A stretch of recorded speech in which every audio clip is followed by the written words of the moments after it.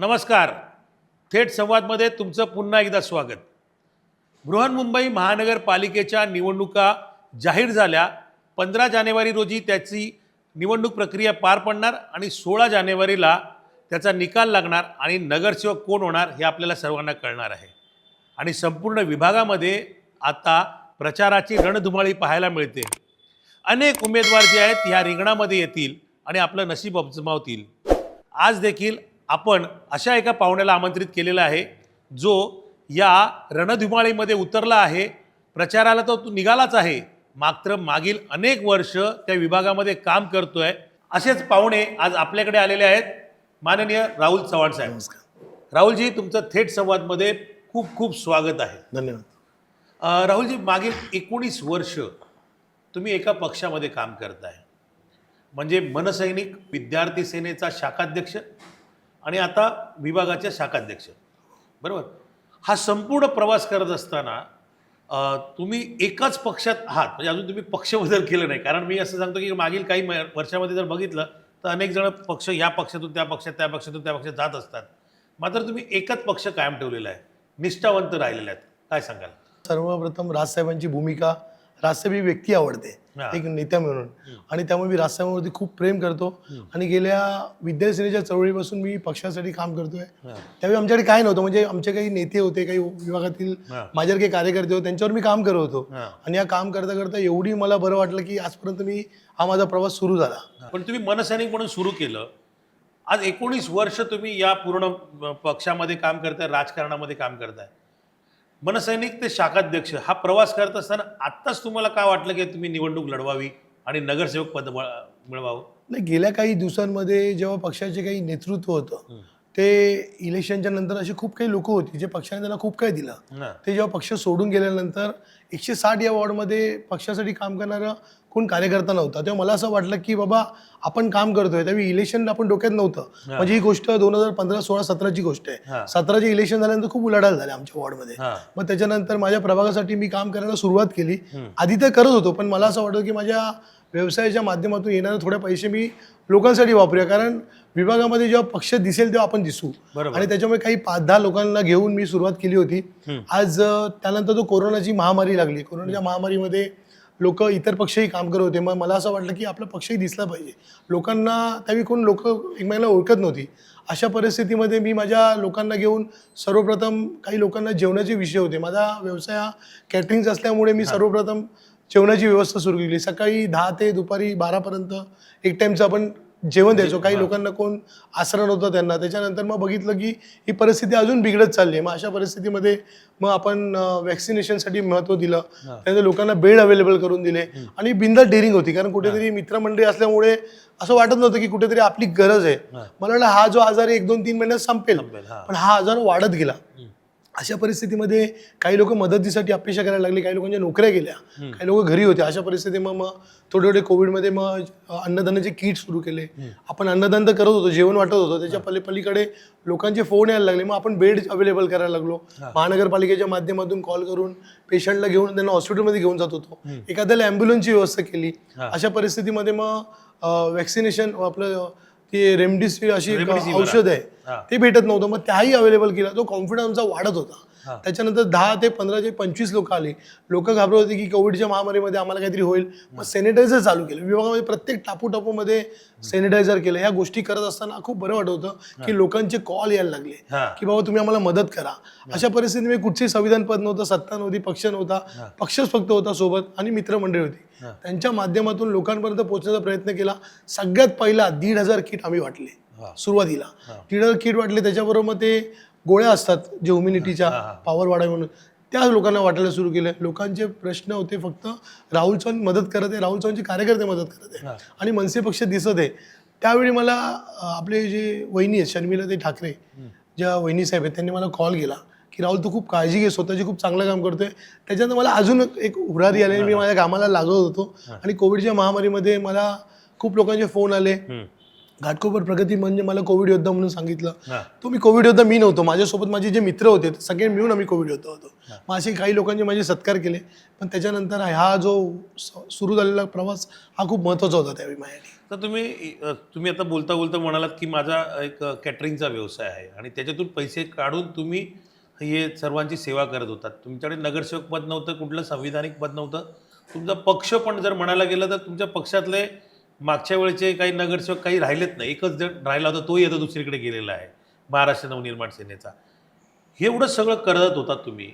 तुमचं बालपण असेल किंवा तुमची परिस्थिती कशी होती तेव्हा? सर असं परिस्थिती की 1993 साली मी जेव्हा लहान होतो, म्हणजे मी दुसरीला होतो, हां. तर माझे वडील हे मीठ विकायचे हां. परेलला. आणि त्या मीठ आपण जे एवढं हां, टाकतो जे जाडं मीठ असतं हां. ते माझे वडील विकायचे. त्यावेळी आम्ही लहान असल्यामुळे 1993 त्यांना हार्ट अटॅक आला. हां. म्हणजे दंगलीच्या काही 6 महिन्यापूर्वी. हां. त्यावेळी अचानक ते ऑफ झाल्यानंतर मग आर्थिक परिस्थिती पूर्ण बिकट झाली. आईने आम्हाला लहानाचं मोठं केलं, आजीने केलं. आई गारमेंटमध्ये काम करत होती 17 वर्ष. या प्रवासामध्ये मी पेपरची लाईन टाकायचो पुढे. पेपरची लाईन टाकता करता मग मी कॅटरिंगच्या वेटर सर्व्हिससाठी जायचो. आणि वेटर करता करता मला एक कॅटरिंगची आवड होती. पण एवढा सगळा मोठा पसारा कॅटरिंगचा हा सोपा नाहीये. ते भांडवल बिंडवल येणार कुठे. पण माझे काही मित्र होते, काही माझे आचारी मित्र होते की तू बिंदास काम कर. हां. मग मी सुरुवात डेअरिंग केली. एक टोप अशी चुला वगैरे करून मी कॅटरिंगची सुरुवात केली. 10 लोकांचं 20 जणांचं जेवण हे करता करता मी एक मोठा कॅटरिंग झालो. आणि कॅटरिंगच्या जीवावरती माझं सर्व मी सुरुवात केली. म्हणजे बघायला गेलं तर परिस्थिती खूप खराब होती. आणि पक्षाचं कामही त्यावेळी करत होतो. म्हणजे 2007-08ची गोष्ट आहे. तेव्हा आमच्या पक्षाचे वरिष्ठ काही पदाधिकारी होते, म्हणजे असे इतर पक्षात आहेत. म्हणजे आमचे विभागाध्यक्ष महेंद्र पांडुशेट्टी त्यांच्या माध्यमातून मी तेव्हापासून काम करतोय. 2006-07ला जे तेव्हा उपशाखाध्यक्ष होते. असे गणेश चव्हाण म्हणून असे आमचे पदाधिकारी होते, राजू पाटील होते, त्या पक्षात आहेत नाही. पण पैसे नसल्यामुळे आपण त्यांच्यावर फक्त काम करतो. झेंडे उचल, बॅनर लाव, हीच कामं आपली होती. आणि आवड होती राजसाहेबांची. लोक आपल्याला ओळखायला लागली होती की हा कार्यकर्ता काम करतोय. हे करता करता करता पक्षाच्या परिस्थिती थोडीफार मधल्या काळामध्ये काही निष्ठावंत पक्षाला सोडत होते. अशा परिस्थितीमध्ये पक्षासोबत मी उभा राहून माझ्या कॅटरिंगच्या येणाऱ्या थोड्या पैशातून लोकांची सेवा करायचा प्रयत्न केला. माझा कॅटरिंगचा व्यवसाय खूप चांगला आहे. आणि दुसरी गोष्ट म्हणजे माझी परिस्थिती खराब होती. माझ्या कॅटरिंगच्या व्यवसायामुळे आम्ही जरा वर आलो. म्हणजे कॅटरिंगमध्ये खूप पैसा नाही आहे, पण त्यातून येणाऱ्या पैशातून लोकांची कामं आपल्याला करायला भेटली. म्हणजे मग विद्यार्थ्यांचे गुणगौरव सोहळे असतील, त्यानंतर लहान मुलांसाठी मी मधल्या काळामध्ये पूर्ण कॅरम, बॅट अशा सगळ्या गोष्टी वाटल्या. माझा सगळ्यात आवडता खेळ म्हणजे क्रिकेट. मी विभागामध्ये मनसे चषक या माध्यमातून आतापर्यंत 3 असे सामने भरवले. ज्या पद्धतीने एक एरोलीला झाला, आपलं बटवाडीमध्ये भरवला, त्यानंतर घाटकोपरला भरवला. असे काही जे सामने आहेत, असे क्रिकेटचे मॅच तरुणांसाठी भरवले. तरुणांना क्रिकेट, हंडीला दँडीचे टी शर्ट देणं, म्हणजे असे भरपूर मी काम करायचा प्रयत्न केला. विभागामध्ये विविध ठिकाणी आपण ड्रेनेज लाईनचंही काम केलंय, लादीकरणही केलंय. कोविडच्या महामारीमध्ये आपण मग सॅनिटायझर स्टँड लावले वॉर्डमध्ये. मी 1,500 पेक्षा जास्ती स्ट्रीट लाईट लावल्यात पूजे ठेव म्हणून. म्हणजे आपल्या विभागामध्ये मग लोकांच्या अपेक्षा आपल्याकडून वाढत गेल्या. पैसा हा महत्वाचा आहे. थोडी डेअरिंग केली. पैसा हा उरत नाही आता माझ्या. मला माहिती आहे की माझ्याकडे 10 रुपये तर माझे 8 रुपये खर्च होत आहेत. स्वतःची सेव्हिंग मधल्या 6 वर्षात संपली आहे. अशा परिस्थितीमध्ये मला असं वाटतं की मी कुठेतरी कमीपणा किंवा पाठी गेलो तर उद्या लोक बोलतील की राहुल चव्हाण मॅनेज झाला. पण मी हा काम नाही करणार. आणि मी तुम्हाला आधी सांगतो की माझ्यासारखा कार्यकर्ता विकला जाणार नाही. मी जे काम केलं ते लोकांसाठी केलं. मग हॉस्पिटलचे इश्यू असतील, मेडिकलचे इश्यू असतील. दुसरी गोष्ट म्हणजे मी आजपर्यंत 550 पेक्षा जास्त लोकांचे डोळ्यांचे ऑपरेशन केले. मग ते 160 पुरतं नाही. मग विभागातील बाहेरची लोक येत होते. आम्हाला एनी टाइम फोन येतात माझ्या शाखेमध्ये की राहुल ब्लडचं 1000 लोकांना आतापर्यंत आमच्या नोंदणीमध्ये बुकमध्ये आहे. आपण रक्तदानाची मदत केली. मी दरवर्षी राजसाहेबांच्या वाढदिवसानिमित्त रक्तदान शिबिर ठेवतो. आणि रक्तदान शिबिरमध्ये 20-30 बॉटल बनत नाही माझ्या. 150-140 माझ्या बॉटल भरतात रक्ताच्या. म्हणजे लोक रक्तदान करतात. लोकांचा आपल्यावरती खूप विश्वास आहे. त्यामुळे लोकांनी आजपर्यंत आपल्याकडून कामं करून घेतली. म्हणतात ना, सत्ताधारींच्या शाखेमध्ये जी लोक जातात, ऑफिसमध्ये जातात, त्यापेक्षा जास्ती आपल्याकडे लोक विषय सॉल्व्ह करायला येतात. माझ्यासारखा एक छोटा कार्यकर्ता राजसाहेबांच्या नावाने लोकांचे विषय आजपर्यंत सॉल्व्ह करत आला आहे. आपलं कुठेही नाव विचारावं. आपण कधी कोणाची साधी कंप्लेंट नाही केली. फक्त घरातील पैसे खर्च करून लोकांची काम करण्याचा एक प्रामाणिक प्रयत्न आजपर्यंत केला मी. पण राहुल चव्हाण म्हटल्यानंतर त्याचं एक वलय तर आहे संपूर्ण विभागामध्ये. राहुल चव्हाणाला सगळेजण ओळखतात. पण महाराष्ट्र नवनिर्माण सेनेकडे जर आपण पाहायला गेलं, राजसाहेब ठाकरे यांचा पक्ष मतदान करताना लोक पुढे येत नाहीत, मतदान करत नाही, यावेळेला मतदान करतील का? सर विषय असा असतो की तुम्ही ज्या एरियात राहता, तुम्ही ज्या गावात राहता, हा माझा जो विभाग आहे ऑलरेडी डोंगर भाग आहे, हा सगळी साधी लोक राहतात. हा म्हणजे डोंगर भाग असल्यामुळे सगळी सामान्य माणसं आहेत, काही बीएमसी वाले पण आहेत, चांगली लोक आहेत, हा. आणि सर्व मराठी आहेत, हा. अमराठी आहेत, उत्तर भारतीय आहेत, गुजराती आहेत. आपल्या शाखेमध्ये आजपर्यंत प्रत्येक व्यक्ती अमराठी आलाय मदत मागायला. मग तो रक्तदानाची मदत असेल, हॉस्पिटलचं बिल कमी करण्यासाठी असेल, मधल्या कोविडमध्ये जे सरकारने 2,000 रुपये रिक्षाला दिले होते, कितीतरी उत्तर भारतीय लोकांना आपण 2,000 रुपये काढून दिले. हा. लाडकी बहीण सरकारची होती, हा. लाडकी बहिणीच्या माध्यमातून आपण 2,000 लोकांना फॉर्म भरून दिले. हा.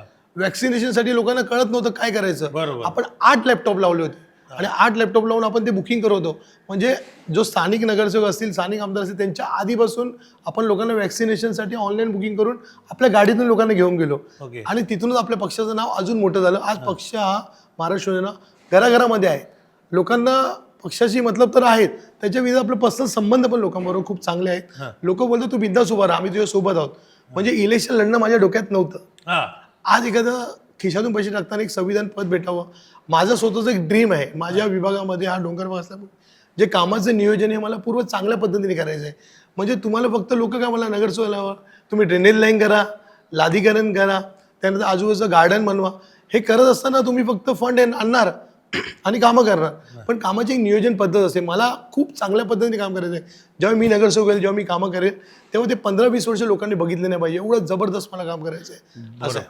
बरोबर. मला एक सांगा, तुम्ही मनसे पक्षातर्फे काम करत असताना तुमच्यावर अनेक केसेस झाल्या, मराठीच्या मुद्द्यावर असतील किंवा ॲमेझॉनच्या मुद्द्यावर असतील, तर नेमकं हा जेव्हा आपण तुमच्या अंगावर केसेस होतात, तुम्ही जाऊन तिकडे लफडेच करता, पण लफडे करता म्हटलं तरी ते कुठल्या तरी एका चांगल्या कामासाठी करत असता. घरातल्यांचा कसा प्रतिसाद असतो? सर कसं आहे माहिती आहे का, आपल्या घरातली लोक खूप साधी हा. आहेत. दुसरी गोष्ट, त्यांना राजकारणाची आपल्याकडे माहिती नाही.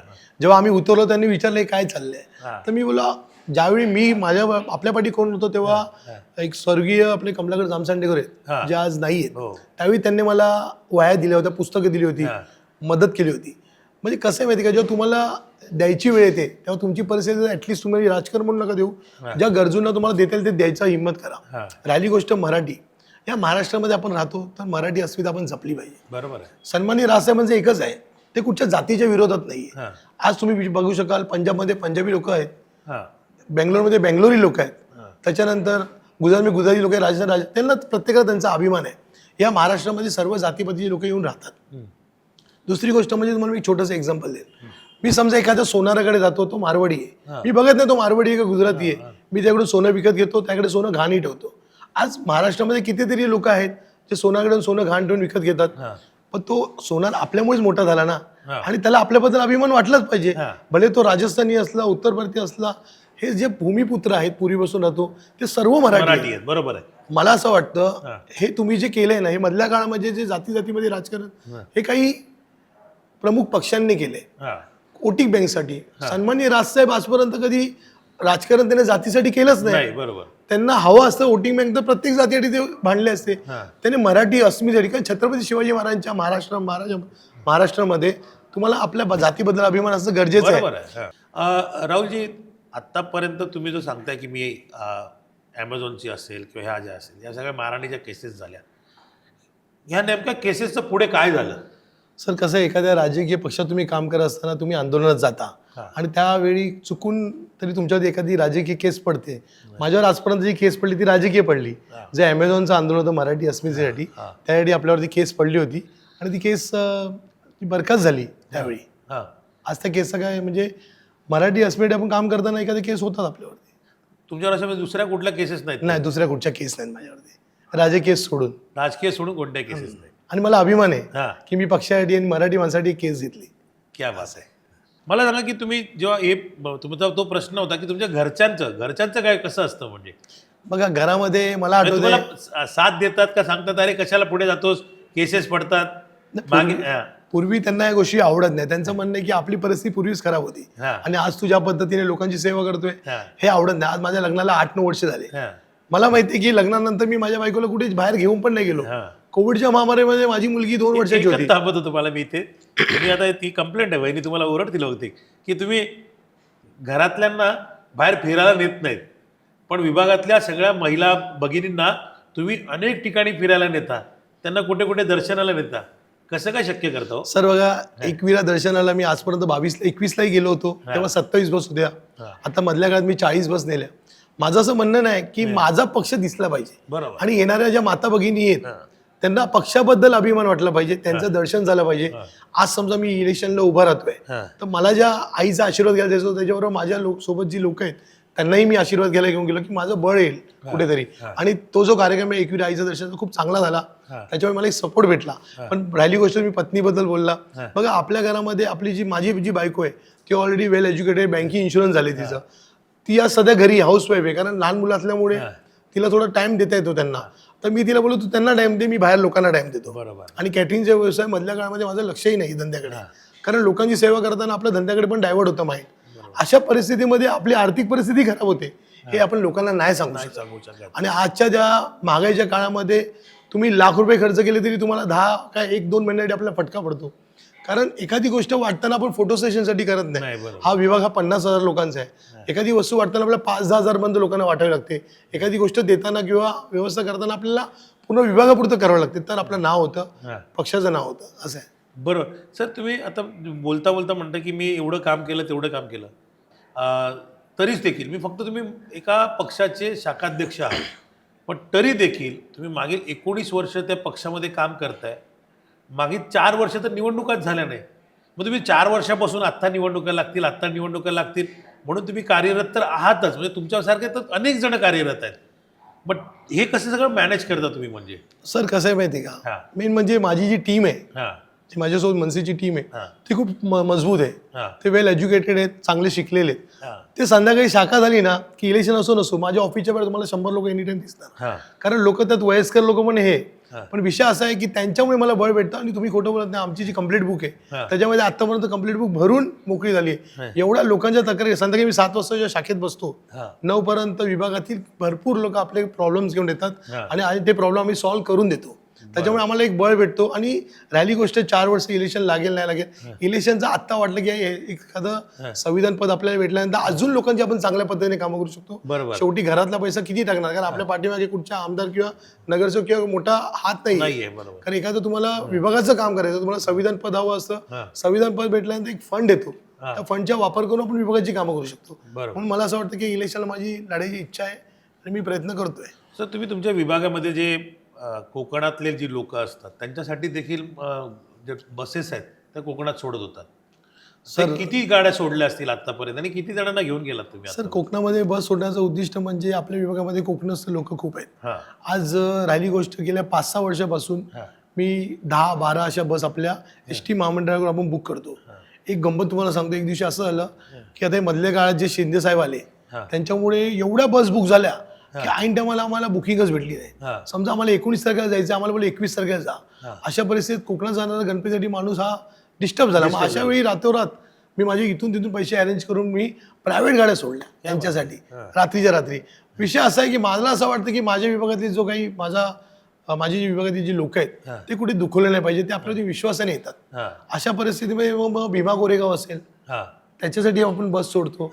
कुठे सहलीला जायचं असेल कोणाला आपण हिंमत करतो. विषय असा आहे की काही नसताना फक्त हिंमत केली आजपर्यंत आणि त्याचं 100% लोकांचा आशीर्वाद माझ्या पाठीशी आहे. क्या बात आहे. आता तुम्ही जेव्हा हे सहल वगैरे जे करत असताना विभागामध्ये आपला डोंगराळ विभाग आहे, आरोग्याचे प्रश्न पण महत्त्व, मग ते काही कॅम्प्स वगैरे तुम्ही केले असेल कोणते? सर, गेल्या 8 ते 9 वर्षापासून प्रत्येक महिन्यामध्ये माझा फेसबुक चाळावा, दर महिन्याला आपला एक कॅम्प असतो. आजपर्यंत 16 महिन्यामध्ये मी 550 लोकांचं मोतीबिंदूचं ऑपरेशन केलं. आता मोतीबिंदूचं ऑपरेशन म्हणजे एक सामान्य माणूस 17-18 रुपये आणणार कुठे? 8 जिंजवाला शंकर हॉस्पिटल ही जी ट्रस्ट आहे त्यांच्या माध्यमातून आपण 550 लोकांचे ऑपरेशन केले. विभागातलेच नाही, विभागातल्या बाहेरची लोक आली येऊन करून जावा. कारण विषय असा आहे की सामान्य माणसाचं काम झालं पाहिजे. त्याच्यानंतर मग महिलांसाठी आपण ते काही त्यांचे जे काही गर्भ तपासणी असते त्याचे कॅम्प ठेवले, मधुमेह ठेवले. दुसरी गोष्ट म्हणजे मी स्वतः गेल्या 2-4 वर्षापासून जे काही गरजू लोक आहेत ज्यांना खरंच त्यांची आर्थिक परिस्थिती खराब आहे त्यांना आपण BP सारख्या ज्या गोळ्या असतात, डायबिटीसच्या गोळ्या, त्या आपण मोफत देतो. तुम्ही तुमचं डॉक्टरचं हे घेऊन या, तुम्हाला मी गोळी देणार. आतापर्यंत ही सगळ्या गोष्टी मला असं वाटलं पण केल्या. आधार कार्ड वाटप केली वयोवृद्ध लोकांसाठी. त्याच्यानंतर विद्यार्थ्यांसाठी आपण भरपूर कार्यक्रम ठेवले आजपर्यंत. विद्यार्थी कार्यक्रम म्हणजे 10वी 12वीचे विद्यार्थी पहिल्यांदा लढतात, ते पहिल्यांदा एक्झाम द्यायची असते. मग आपण त्यांच्यासाठी एक्झामच्या पलीकडे आधी एक मार्गदर्शन शिबिर असेल.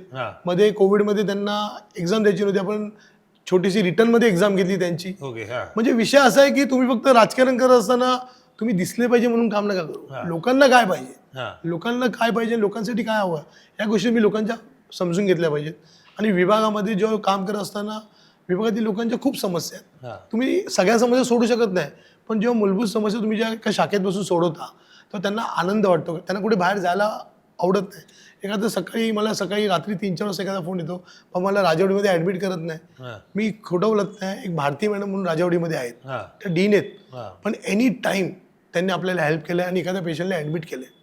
म्हणजे मला असं वाटतं की प्रशासनही सपोर्ट करतं, पण कधी कधी प्रशासन हे सत्तेच्या बाजूनेही असतं. त्याचा त्रास मला होतोय. जेव्हा एखादं गतिरोधक मी बसवायला घेतो, त्याची कंप्लेंट टाकतो, ते गतिरोधक 3-3 महिने 2-2 महिने बसत नाही. आज तुम्ही असालसारखा एरिया बघू शकाल जिथे गतिरोधक आहेत, जे मी बसवायला 2-2, 3-3 महिन्यापूर्वी मी ॲप्लिकेशन केलं, पण सत्तेच्या गोष्टीमुळे, काही सत्तेधारीमुळे ते अधिकारी ते काम करत नाही. कारण कुठेतरी राहुल चव्हाणला क्रेडिट नाही भेटलं पाहिजे.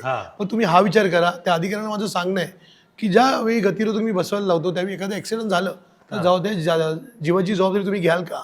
तर मला असं वाटतं की प्रशासनाची जी कामं आहेत हे त्यांनी सपोर्ट केला पाहिजे. राहुलजी, तुम्ही आत्तापर्यंत जी 19 वर्ष ह्या पक्षामध्ये काम करताय, लहानपण बालपण तुमचं तिकडे गेलं आहे, म्हणजे अतिशय म्हणजे गरिबीतून तुम्ही पुढे पुढे पुढे पुढे येत गेलेलं आहे. तुम्हाला या विभागातल्या सर्व समस्या तुम्हाला माहिती असतील, काही समस्या सुटल्या असतील, पण आत्ता तुमच्यासमोर काय समस्या दिसत आहेत? सर, तुम्ही बघू शकाल की मधल्या काळामध्ये ज्या पद्धतीने जो राजकारणाची वाट लागली, म्हणजे ज्या खऱ्या शिवसेनेचे आज दुसरी शिवसेना तयार झाली, राष्ट्रवादी दुसरी राष्ट्रवादी तयार झाली. अशा परिस्थितीमध्ये जेव्हा आम्ही काम करतो तेव्हा सत्ताधारी हे कधी सोडून जातात दुसऱ्या पक्षामध्ये. तुम्ही बघू शकाल आजही सगळीकडे सत्तेचा पूर्णपणे बाजार मांडलाय. अशा परिस्थितीमध्ये ज्या पद्धतीने त्यांना नगरसेवकचा जो कालावधी संपल्यानंतरही त्यांना फंड आले, आणि या फंड आल्यानंतर त्यांनी जी कामं ही अजून 10 पटीने केली पाहिजे होती, ती कामं दिसली नाही. विभागामध्ये अशा भरपूर समस्या आहेत. तुम्ही बघू शकाल की ज्यावेळी काही नगरसेवक होते त्यावेळी त्यांनी जी कामं केली आहेत ती एवढीपणे खालच्या थराची केली आहेत की आजही लाद्या पूर्णपणे तुटलेल्या आहेत. ड्रेनेज लाईनचं जे ड्रेनेज आहे ते बाहेर गेलेलं आहे. तुम्ही ड्रेनेज लाईन गटरात सोडलेली आहे. आमच्या विभागामध्ये एक मुळामध्ये डोंगरभाग असल्यामुळे सगळ्यात महत्त्वाचा प्रश्न म्हणजे पाण्याचा. मग अशोकनगर असेल, मराठवाडा असेल, नारायणनगर असेल, दुसरी गोष्ट म्हणजे आपलं भीमनगर असेल, पाण्याची टाकी असेल. अशा परिस्थितीमध्ये जो डोंगरभाग असल्यामुळे छत्रपती शिवाजीनगर असेल आमचा, ह्यात पाण्याची समस्या, पाण्याचा टायमिंग नाही. म्हणजे एखाद्या व्यक्तीला तुम्ही पाण्यासाठी आंदोलन पण केलं होतं? हो, 100% केलं होतं. विषय असा आहे की गेले 1-2 वर्ष मी बघितलं की बाबा पाण्याचे प्रश्न सॉल्व्ह होत नाही. एका अधिकारी गेल्यानंतर आपण ते मला आज ये उद्या येऊन चेक करतात, ते सत्ताधारीबरोबर येतात, एक फोटो सेशन होतं, ह्या गोष्टी मला कुठेतरी खटकत होत्या. अशा परिस्थितीत प्रशासनाला जाब येण्यासाठी आम्ही पाण्याचं आंदोलन केलं. त्या आंदोलनाला 100% यश भेटलं. त्याच्यानंतर विभागातील काही लोक बोलले की आम्हाला तर पाणी यायला लागले टायमामध्ये, आणि सडनली इलेक्शनचा माहोल आला. त्यानंतर 2-1 वर्षाने तुम्हाला असं वाटतं की हे जे पाणी जे सोडतात तेही या प्रशासनाला मिळालेले असतात. कारण ते लोक काय करतात म्हणजे ते पाण्याची जे आटे वगैरे ते कमी करतात. हे मला निदर्शनास आलं. मला असं वाटतं की तुम्ही 15-15 वर्ष ज्या पाण्याच्या पाईपलाईन आहेत त्या पूर्ण गंजल्यात, त्याचे तुम्ही मेंटेनन्स करा. कुठे कुठे पाणी तुमचं लिकेज होते, कुठे डायव्हर्ट होत आहे, कुठे मोटर लागल्यात, याचं स्टडी करा. लोकांमध्ये जावं, ज्या ज्या भागात पाणी खरं नाहीये त्यासाठी तुम्ही त्याचा अभ्यास करा. लोकांचा प्रश्न पाणी आहे. लोकांना काय वाटतं की मला जे 2 तास पाणी भेटतं ते टायमात यावं, कारण कधी 7 वाजता येतं, कधी 9 वाजता येतं, कधी 6 वाजता येतो. खोटं बोलत नाही. पाण्याच्या आंदोलनानंतर लोकांचे मला फोन येतात की बाबा पाणी आज येणार आहे का, पाणी 9 वाजता येणार आहे का. म्हणजे लोकांचा विश्वास आपल्यावरती आहे. बरोबर. अशा परिस्थितीमध्ये महानगरपालिकेची पण तेवढीच जबाबदारी आहे की तुम्हाला ज्या पद्धतीने आम्ही मेंटेनन्समध्ये बिल भरतो तर लोकांना पाणी द्या ना तुम्ही. आंदोलनाला यश आल्यानंतर त्यानंतर पण काही लाईन पास झाल्या. मग काही बोलले मी करतोय, काही बोलले मी करतोय, काही पेपर माझ्याकडे आहेत. जे अधिकारी स्वतः बोलले की तुम्ही जे आंदोलन केलं त्याच्यानंतर आम्ही पास करून दिले. मला श्रेय नकोय, मला माझ्या विभागातील लोकांना पाणी हवंय. माझा विभाग खूप डोंगर भाग आहे. त्यांचं एवढंच म्हणणं, एखाद्याला लग्नाला जायचंय किंवा एखाद्या बर्थडे पार्टी जायचंय, त्यांच्या घरात 4 जण आहेत, त्या 2 जणांना तिकडे थांबावं लागतं, 2 जण जावं लागतं, कारण त्याला पाणी भरायचंय. उद्याची परिस्थिती बिकट होणार, कारण बिस्लेरी आणू शकत नाही, टँकर आणू शकत नाही. जेव्हा जेव्हा विभागामध्ये पाणी पण गेलं तेव्हा मी स्वतः टँकरची व्यवस्था केली. 1 नाही तर 5 सत्ताधारी नंतर केलं. पहिला मी स्वतः टँकर उभे केले, म्हणजे असं नाही कोणाला दाखवायला. लोक मला बोलले टँकर हवेत, पाण्याची व्यवस्था केली. मला असं वाटतं की पाणी हा महत्त्वाचा विषय आहे, ड्रेनेजचा विषय महत्त्वाचा आहे, लादीकरण आहे, तुमच्या विभागाची स्वच्छता त्यावर तुम्ही भर द्या. आज दत्तक वस्ती असेल, दत्तक वस्ती कोणाची? महानगरपालिकेची. एका दत्तक वस्तीमध्ये 9 ते 12 वेंडर असतात, काम करतात. महानगरपालिकेच्या माध्यमातून तुम्ही प्रायव्हेटला देतात, संस्थेला देतात. संस्था पूर्णपणे ह्यामध्ये भ्रष्टाचार चालू आहे. एखादा माणूस ठेवता, तोच गटर साफ करतो, तोच कचरा उचलतो. कसा विभाग तुमचा स्वच्छ राहील? तुम्ही महानगरपालिकेतर्फे त्यांना दिवसाला काही 180-200 रुपये देता, पण त्याचे जे काही कॉन्ट्रॅक्टर आहे ते मध्ये खूप भ्रष्टाचार करतात. मला असं वाटतं की हे थांबलं पाहिजे. जेव्हा महानगरपालिकेच्या प्रत्येक गोष्टीमध्ये ह्याच्यावरती लक्ष देईल त्या गोष्टी होतील. आता मधल्या काळामध्ये 1 महिना का 2 महिन्यासाठी वॉशरूम जे टॉयलेट आहे त्याचंही टेंडर निघालं होतं. 6,12,000 रुपये पास झाले. कुठे टॉयलेट साफ झाले? म्हणजे काही गोष्टी ज्या निघतात हे कळत नाही. विभागातील लोकांना तुम्ही बघू शकाल, आता इलेक्शनच्या तोंडावरती मिक्सर वाटप, कुकर वाटप, मशीन वाटप, हे काय चाललंय? म्हणजे तुम्ही वाटप करता तर द्या. माझं म्हणणं काय, मी एक लेख लिहिला होता, एखाद्या बाईला मशीन हवी आहे, तिचा नवरा कोविडमध्ये ऑफ झालाय आणि तिला शिलाई मशीन करता येते, तुम्ही तिला मशीन द्या, तिच्या त्या माध्यमातून तिचं उदाहरण होईल, तिची घरात ती 2 पैसे कमवेल. एखाद्या बाईला मशीन लागते, ज्या व्यक्तीला तिला उपयोगच नाही, ती मशीन फक्त शोसाठी ठेवली. ह्या गोष्टी सगळ्या थांबल्या पाहिजे. ज्यांना खरंच गरज आहे त्यांना तुम्ही द्या. आता तुम्ही ठाकरे ब्रँड जो म्हटला जातो की आताचं जी निवडणूक आहे ज्याच्यामध्ये महाराष्ट्र नवनिर्माण सेना आणि महायुती ह्या एकत्र लढणारा असं दिसतंय, हा जो ठाकरे ब्रँड आहे हा तुम्हाला या इलेक्शनमध्ये कुठेतरी फायद्याचा होईल? आणि या ठाकरे ब्रँडचा बृहन्मुंबई महानगरपालिकेतील जे सर्व जे मुंबईकर आहेत त्यांना कशा प्रकारे फायदा होऊ शकतो? कसं आहे, या महाराष्ट्रामध्ये आजपर्यंत जे दिसलं, जे काही महाराष्ट्राचा जो ताबा होता मराठी माणसावरती, हिंदुत्वावरती, स्वर्गीय बाळासाहेब ठाकरे आणि त्यांचा पक्ष हा शिवसेना. आणि बाळासाहेब ज्यावेळी आज झाले त्याच्यानंतर जे उलाढाल झाल्या बीजेपी तर्फे, आज शिंदे गट म्हणून नवीन शिवसेना उद्या झाली, त्यांचं चिन्ह गेलं, या ज्या गोष्टीमुळे खूप चुकीचं राजकारण झालंय. त्यामुळे आमच्या काही तरुणांना कुठेतरी राजकारणाचा विश्वास उडालाय. अशा परिस्थितीमध्ये 2 भाऊ एकत्र येऊन पुन्हा एकदा त्यांनी जो लढा सुरू केलाय, तर कुठेतरी मराठी माणसाला पण हिंदुत्वासाठी पण लढा खूप पुढे कामाला येणार आहे. आणि येणाऱ्या काळामध्ये ज्यांनी जे आज तुम्ही बघा ना, कालपर्यंत या पक्षात असतो, सकाळी तो उठून तुझ्या पक्षात जातो, निष्ठा कुठे राहिली आहे? आणि या गोष्टीमुळे निष्ठे नसल्यामुळे लोकांचा विश्वास पण आता निवडणुकीत उडत चाललाय. अशीच परिस्थिती राहिली तर येणाऱ्या काळामध्ये लोक मतदानही नाही करणार. लोकांचा विश्वास पुन्हा संपादन करण्यासाठी दोन्ही भावांनी एकत्र येऊन पुन्हा या राजकारणाला सुरळीत करणं गरजेचं आहे आणि 2 भाऊ करू शकतात असं माझी इच्छा आहे. मला एक सांगा की आता ठाकरे ब्रँड म्हणतोय तुम्ही, महाराष्ट्र नवनिर्माण सेना म्हणतोय की महाराष्ट्र नवनिर्माण सेना म्हटलं की फक्त मराठी माणसांसाठीचा पक्ष, मग तो UP बिहार ह्या लोकांना तो उभा नाही करत, खरं आहे का? कसं म्हणजे? सर कसं आहे माहिती आहे का, गेले 25-30 वर्षापासून मला थोडंफार राजकारण कळत असेल आणि गेल्या 20 वर्षापासून मला चांगलं राजकारण कळत आहे. महाराष्ट्रात हे नव्हतं पहिला, जातपात कधीच नव्हती. जातपात हे एका पक्षाने आणलेली वोटिंग बँकसाठी. सन्माननीय राजसाहेब बोलावं त्यांनी, मराठी आहेत ते मराठी असण्यासाठी लढणार. त्यांचं म्हणणं एवढंच आहे, माझी महाराष्ट्राची संस्कृती टिकली पाहिजे, इकडचा मराठी माणसाला रोजगार भेटला पाहिजे. मग तो कोणी मराठी असेल, मग उत्तर भारतीय जो भूमिपुत्र आहे, गुजराती भूमिपुत्र आहे, राजस्थानी भूमिपुत्र आहे, पंजाब, तोही इकडचा मराठीच आहे. कारण तो खूप चांगला मराठी बोलतो. त्यांच्या मनामध्ये ज्या पद्धतीने चुकीच्या गोष्टी भिनवल्या जात आहेत. आता समजा एखादा बिहारी माणूस जेव्हा इकडे येऊन 10,000 काम करतो आणि आपला मराठी माणूस कुटुंबासोबत राहतो, तो 20,000 मागतो, मग 10,000 त्याला समजा पगारात त्याला ठेवल्यानंतर आपल्या मराठी माणसाची नोकरी जाते. माझं असं म्हणणं आहे की साहेब एवढंच बोलतं की तुम्ही तुमच्या राज्यामध्ये जे तुमचे काही नेते आहेत त्यांना सांगा तुमच्या इकडे रोजगार चालू करा, त्याच्यात तुम्ही या इकडे, प्रॉब्लेम नाहीये. आणि कधी कोणाला मारहाण आम्ही केली नाही. विषय असा आहे की इकडचे जे भूमिपुत्र आहेत त्यांचा तो संताप होता, पण इकडचे काही स्थानिक मराठी आहे, स्थानिक उत्तर भारतीय, त्यांना कळतंय या गोष्टी, त्यांचा विरोध नाहीये. पण ज्या पद्धतीने मीडियाद्वारे जे चुकीचा मेसेज दिला जातोय, जे एकच गोष्ट पुन्हा पुन्हा दाखवली जाते, त्याच्यामुळे कुठेतरी त्यांच्या मनामध्ये आपल्याबद्दल रोष तयार झालाय. पण बघायला गेलं तर मराठी ही छत्रपती शिवाजी महाराजांची भूमी आहे, इथे मराठी अस्मिता टिकली पाहिजे. मराठी अस्मिता म्हणजे सर्वच झाले, मध्ये राजस्थानी असेल, गुजराती असेल, उत्तर भारतीय, सर्व मराठीच आहेत. जे पूर्वीपासून जे गुप्ता राहतात किंवा जैन समाजाची लोक राहतात ते आपलेच लोक आहेत, ते खूप सुंदर मराठी बोलतात. तुम्ही बघा आता परेलला जावा, माटुंगाला जावा, आजही खूप सुंदर मराठी आहेत. आज तुम्ही विचार करा, मी लहानपणीपासून बघत चाललोय, काही ज्वेलर्सवाले आहेत जे माझ्या आजीपासून आम्हाला ओळखतात, त्यांच्याकडे आपण सोनं केलंय त्यावेळी, खूप सुंदर मराठी बोलतात. अडीअडचणीला आपण त्यांच्याकडे सोनं गहाण ठेवतो, तिथूनच सोनं लग्नाला विकत घेतो. ते आपल्याला काही क्रेडिट पण देतात, त्यांना विश्वास आहे आपल्यावरती, कारण 35-40 वर्षामध्ये राहतात म्हणून हे विश्वासाचं नातं आहे. एखादा पटेल असेल, बनिया असेल, म्हणतात ना आपण जेवढं सामान घेतो, तोही गुजराती आहे, बरोबर, आणि तो सामान घरात आपल्याला उधारीवर पाठवतो, त्याला विश्वास आहे. विश्वास आहे. खरं तो 20-30 वर्षापासून आपण तेवढं सामान घेतोय. आज हे डिमांड आलं. हो. पूर्वी देवाणघेवाण चालायची पैशाची, पगार आल्यानंतर आपण त्यांना द्यायचो. हा. मला असं वाटतं ज्या पद्धतीने चुकीचा मेसेज चाललाय हा थांबला पाहिजे. मला वाटतं का की तुम्ही आता ह्या एवढी सगळी तयारी केलेली आहे, आपण आता शेवटच्या टप्प्यामध्ये आलेलो आहोत. आपण एक रॅपिड फायर आपण करूया. रॅपिड फायर, या रॅपिड फायरमध्ये मी तुम्हाला 3 प्रश्न विचार, या 3 प्रश्नाची तुम्ही एका वाक्यात उत्तर द्या, किंवा हो किंवा नाही सांगा. हा पहिलाच प्रश्न, महाराष्ट्र नवनिर्माण सेना की शिवसेना? महाराष्ट्र नवनिर्माण सेना. हां.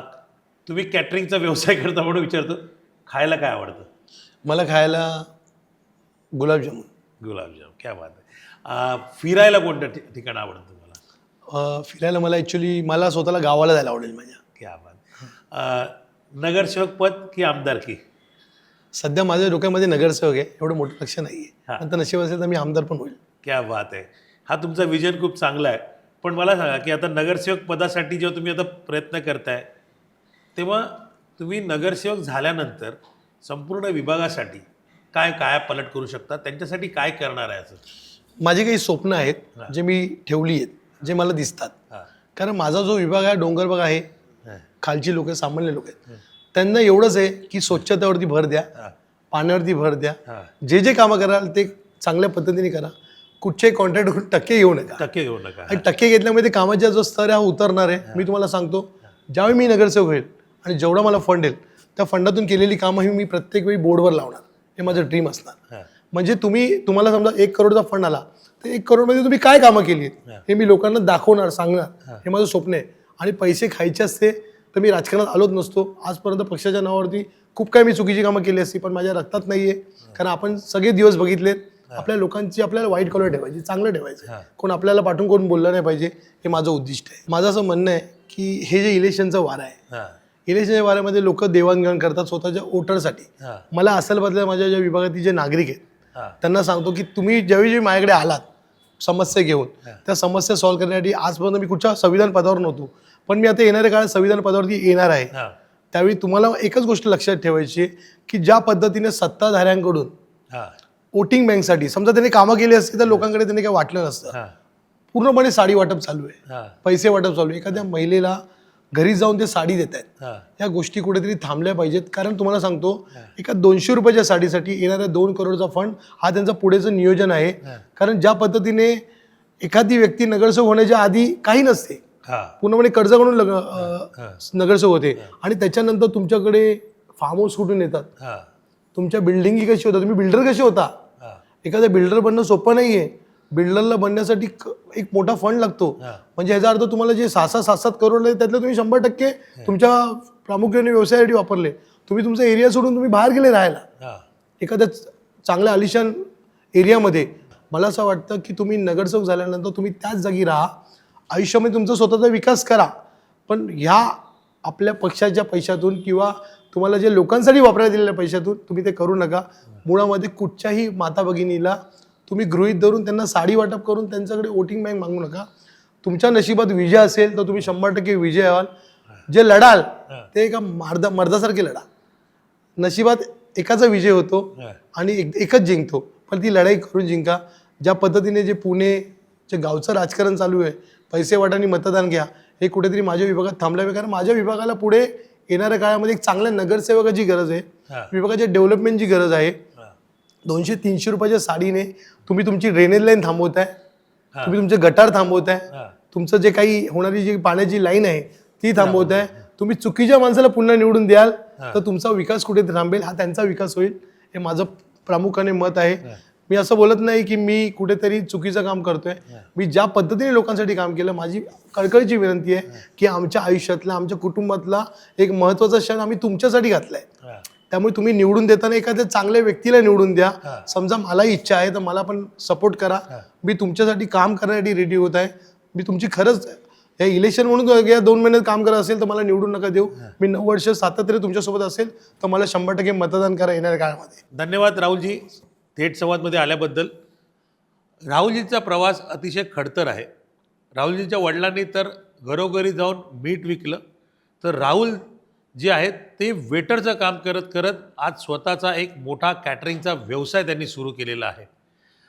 तरीसुद्धा एक नगरसेवक होण्याचं स्वप्न त्यांनी उराशी बाळगलेलं आहे. ती पूर्ण करण्याची जबाबदारी त्यांच्या जे मतदार आहेत त्यांची आहे. त्यांनी जे काही काम केलं असेल तर त्यांना नक्कीच यश प्राप्त हो हीच आमच्या थेट संवादकडनं शुभेच्छा. आणि आपल्या सर्वांना सांगतो की थेट संवाद हा कार्यक्रम जर तुम्हाला कसा वाटला हे तुम्ही या कमेंट बॉक्समध्ये लिहा. त्याचप्रमाणे आपले जे सबस्क्राईब आहेत ते सबस्क्राईब करायला विसरू नका, चॅनलला सबस्क्राईब करायला विसरू नका. आणि हा जो पूर्ण जो हॉल आहे हा आम्हाला महेश कॅटरर्स यांनी दिल्याबद्दल त्यांचेही आभार. आणि राहुलजी तुमचे खरंच खूप खूप आभार. तुमच्या भावी पूर्ण आयुष्यासाठी थेट संवादकडनं खूप खूप शुभेच्छा. धन्यवाद.